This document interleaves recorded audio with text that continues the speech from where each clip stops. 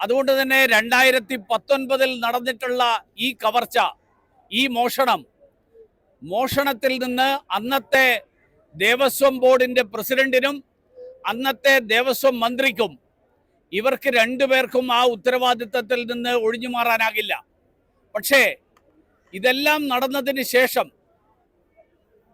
സംസ്ഥാന മുഖ്യമന്ത്രി ഈ കാര്യത്തിൽ കാണിക്കുന്ന സമീപനം അത് അങ്ങേയറ്റം പ്രതിഷേധാർഹമാണ്.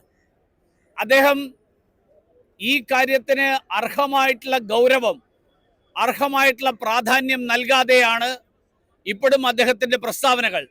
നിങ്ങൾക്ക് എല്ലാവർക്കും ഓർമ്മയുണ്ടാവും, അദ്ദേഹം 6 മണിക്ക് പണ്ട് നടത്തിയിരുന്ന സ്ഥിരം വാർത്താ സമ്മേളനം, കൊതുക് കടിക്കാൻ എന്തൊക്കെ ചെയ്യണം, ജനലിന്റെ വാതിലുകൾ എങ്ങനെ ഭദ്രമായി അടച്ചു വെക്കണം, ചിരട്ട എങ്ങനെ കമിഴ്ത്തി വെക്കണം, ഇതൊക്കെ കേരളത്തിലെ ജനങ്ങളെ ഉത്ബോധിപ്പിച്ചിരുന്ന ആളാണ് നമ്മുടെ ബഹുമാന്യനായിട്ടുള്ള മുഖ്യമന്ത്രി.